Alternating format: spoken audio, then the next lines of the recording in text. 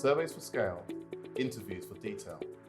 Hi, I'm Jason Roberts, and you're watching a Human Capital Consultancy live employee engagement interview.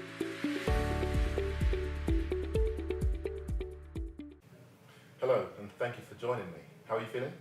Yeah, good, thank you. Very good. So I'm going to be asking you a couple of questions about your employment and your engagement and perhaps your morale. Please tell me a bit about what you do for a living. I work as a senior analyst for a London company. Okay. And how long have you been there for? 12 years and a bit, almost 13 years. Okay, so quite experienced. Yes. And what typically would you say challenges you during the day? We work with a lot of data, so we need to be correct at all times, deadlines to be met, and we talk with a lot of, we're in contact with a lot of parts of the organization because our data flows from all kinds of places. Okay. And do you work as part of a team? Yes. Yeah. And is that team, I guess it's managed by, you have a senior manager? Yeah, I've got a manager and 5 of us are in 6 altogether with the manager in the team. Okay.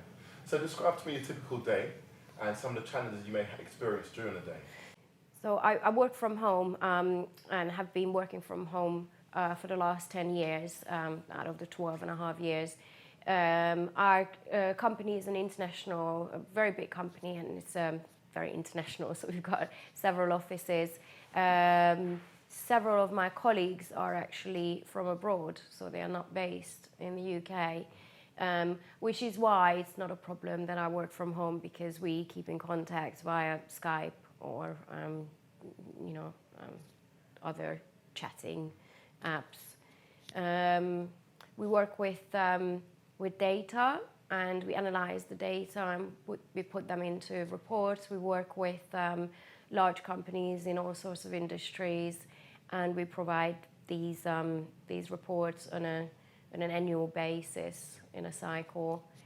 We're basically spotting inconsistencies in data and reworking them to provide the correct statistics that we need to give our clients. Okay. So working from home, your manager is based where? Internationally? He's based in our other office, so he's not in the UK. Okay. So what challenges does that present to you in terms of your relationship or communication with your manager, or escalation of issues to your manager? I've met the team and my manager twice only in person. So all our conversations are always online. We try to go on video chat, so at least we can see each other. But it's sometimes it's hard not to be able to sit down in an informal way and just chat, because many times I think good things or bad things, problems or good news come out when you're literally just sitting maybe in a cafe together or in the resting area of the company, and you're drinking your coffee and you're literally just chatting.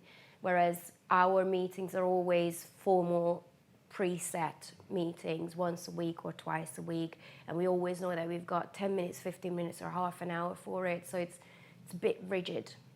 Right. And so have you raised this as a question to your management team around how you can perhaps address those concerns that you might have or issues you might have with the location and proximity to your team? I actually don't think the location is a problem. I think it's if anything, it's more of the fact that a lot of this stuff happens online, and I am not sitting with them. So it's a lot of times it's them versus me, and I think a good manager, obviously, especially managing an international team and taking on a team where some members of the team are actually not based in the office, it's their responsibility, the manager's responsibility, to bridge those gaps and to bring the people together and make the home worker feel as much part of the team as the others sitting in the office right next to the manager. Okay. So do you have the ability or the tools to actually give that feedback to your manager? Is that something that you would do? Yeah, I've sometimes I simply just asked and said, you know, it would be lovely if we just chatted, if it wasn't constantly meetings, but it would be, you know, just chats, just every once in a while we call each other and just talk, you know, brainstorm or whatever. Not much changed, and then there were a couple of situations where they were talking, obviously discussing something that had an impact on the team and on the workflow and on what we were doing that week or that month. And because I wasn't sitting in the room, I was completely forgotten about. So I didn't know about it, and I found out a week or 2 weeks later by chance. And that kind of makes you feel like you're not part of the team. Okay. So I did mention that to my manager. And I was promised that things would change. Not a lot changed, to be honest. In fact, sometimes they were chatting to each other in their own language, which I don't speak, on Skype chats. So that kind of makes you feel a little bit like you're not part of the team. You're always the plus one. And does the organisation today conduct things like employee surveys to help you capture that type of information where you might have critical feedback that you share? No, no. We have a relatively new CEO who's not so new anymore. A few years ago, he took over, and we do get questionnaires, but they are mostly, I wouldn't say they are about the well-being of the employee. It's more about just processes that we do and how happy we are, and it's very much a yes or no, or, you know, 1 to 10, you know, strongly agree, disagree. It's just I felt even when I spoke to HR about it, the fact that I was feeling sort of left out and not necessarily I don't know, not respected, that's not the right word, but anyway, when I spoke to HR, I felt that they were very, very nice to me, and I walked out of the room feeling very positive, only to sort of change after a week or two, because I saw no change. You know, my feeling has changed, and I felt that this was all for nothing. You know, I made myself open up and vulnerable, which I regretted later, because nothing changed, and I felt that maybe I put myself out there, and then there might be questions coming back to me, and I wouldn't be the positive employee that they would want me to be. Okay.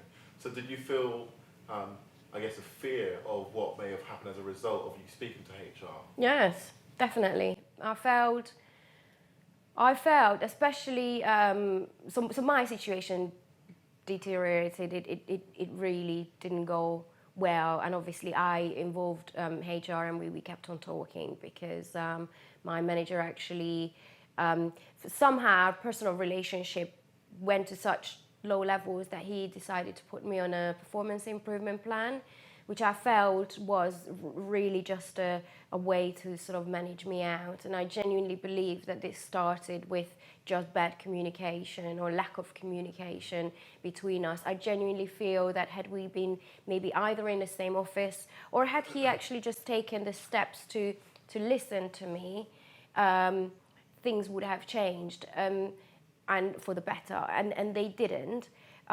When I went to HR, after a while I felt that things were probably shared with my manager.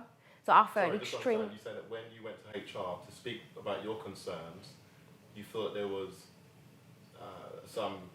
Yeah, so they wanted to mediate. They basically offered and suggested that we would sit down in a room, or one way or another. Obviously, he was in another country, so we would be basically put in a room, a virtual or real room, one way or another, and we would sort of, dish it out. And I told them that I felt extremely uncomfortable with that, because at that point I felt that my manager was bullying, or he had bullying tendencies, and I just didn't feel comfortable being in that room.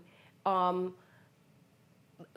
because I was, I just had a feeling, and because I was on the performance improvement plan, that the things were shared with my manager, or it was a very negative experience. I felt that HR represented the company and not me. Okay. So with regards to, you said it was a survey or questions that you would receive, which were multiple choice questions? Yes. Okay. And were there things that you wanted to talk about that you hadn't had the opportunity to speak about because the questionnaires were quite specific? Yes. I mean, I genuinely think that questions that are in those surveys, or were in those questionnaires, were very, very generic. And my happiness, or my sadness, or my dissatisfaction might be completely different to somebody else's. So somebody asking me, "Are you happy?" on a scale of 1 to 10, are you happy in your job? I mean, I enjoyed my job. I just didn't enjoy the way my boss was treating me. So what do you say then? You give a medium answer, and that's it. And that was the end of the question. Move on, next question. So I felt that the questionnaire was absolutely pointless. In fact, I think after a while I stopped filling out the questionnaires, and I just I didn't do it because it was pointless. So why bother? Okay, so that's interesting. So you received over the 10 or 12 years, or you said you worked. Yeah, the questionnaire started a few years ago. Okay, so over the last couple of years you received questionnaires or surveys, employee surveys, and to some degree when you began to feel that there was nothing happening, you then stopped completing the surveys yourself? Yeah, or I definitely didn't do at least one. I remember completing some other surveys in a very, just give a 5 to everything, like not negative, not positive. It's basically no real contribution. So really, if you look at it, my survey or my answers were probably completely useless to the company. But at that point, I just felt so. I think I didn't care anymore. What could the company have done to actually help you stay, what we call in the trade, engaged, or feel as part of the team or part of the business, and that you actually had a purpose within the organisation? I think just listen, just hear what I actually said. I'm a very straightforward person.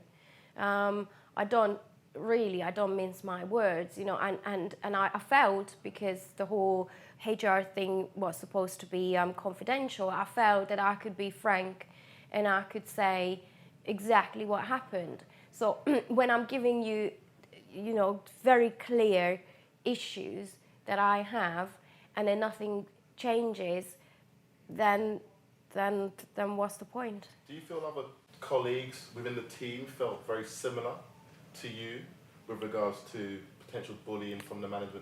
I don't know, and I wouldn't say that my manager was a bully. I just felt that the way my case was managed was, I felt uncomfortable.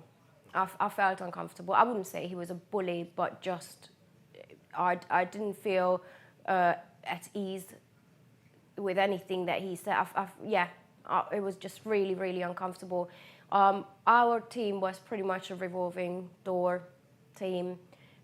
We had many employees leave. It's a small team, as I said. It's probably roughly around 5 people on average that we've ran with for the last 12 years. Sometimes more, but most of the time less. And I think we lost, lost meaning, people left. Nobody was fired. They left very quickly. Some people left within 3 to 6 months. Many of them left after a year or year and a half of joining, and I think probably 9 or 10 of my colleagues have left while I was there. Yeah. Right. So, in terms of, we're going to bring this interview to a close shortly, but I want to kind of understand a bit more about where you say you felt a bit uncomfortable in certain situations when speaking to HR. What would you have done differently, or what could you do differently to maybe help your company understand where you're coming from, without any fear of what might happen as a result of you talking to your management team? Make sure that you represent the employee. Make sure that the employees is heard and listened to. I don't know if there was much listening being done apart from probably just ticking boxes. And as I said, very quickly I felt that I was pushed in a corner, and no matter what, HR would represent the company and not me. So I felt voiceless.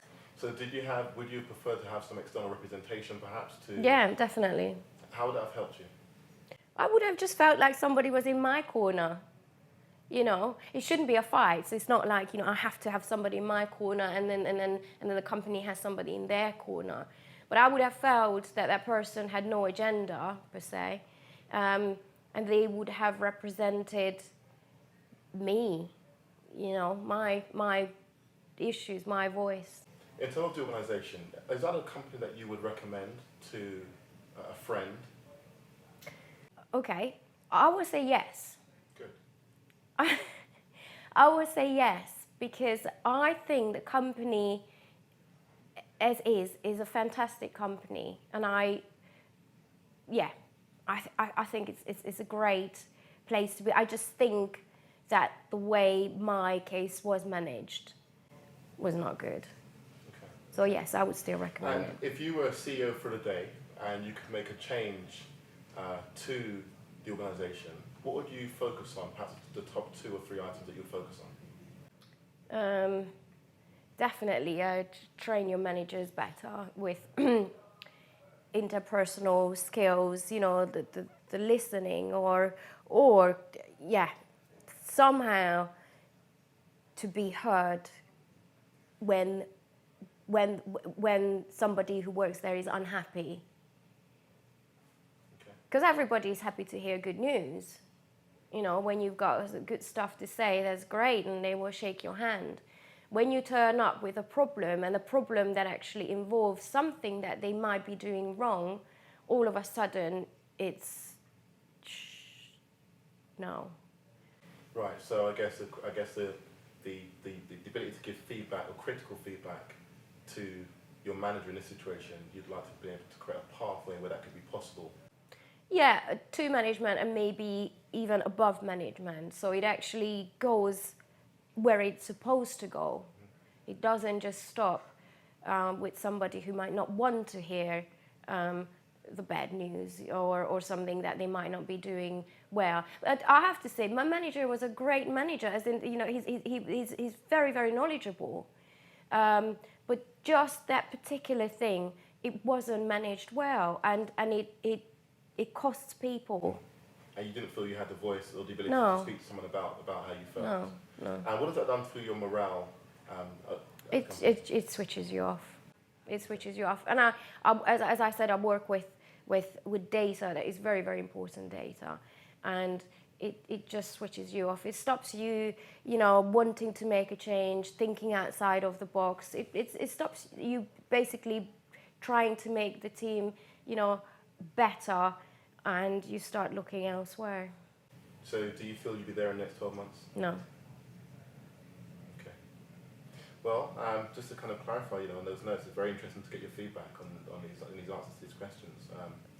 You mentioned a bit about potential bullying within the organisation, and not necessarily the ability to actually share this information with HR due to the lack of trust that you lost when they were speaking amongst themselves.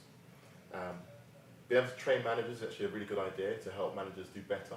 They often say people join companies but leave managers, so it'd be fantastic to be able to train managers. And finally, you said you want to be able to capture the voice of the employee, which would allow employees to share how they really feel, to help them morale and retain staff.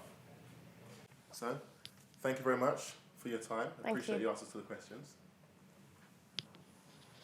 So there we have it, a disgruntled employee who had some great ideas around how to improve engagement within our organisation, starting really with helping the management team capture the employee voice, but also giving her the ability to share how she felt without breaking trust between the employee and her HR team. Thank you very much for your time. Thank you all for watching. Don't forget to hit subscribe and turn on notifications.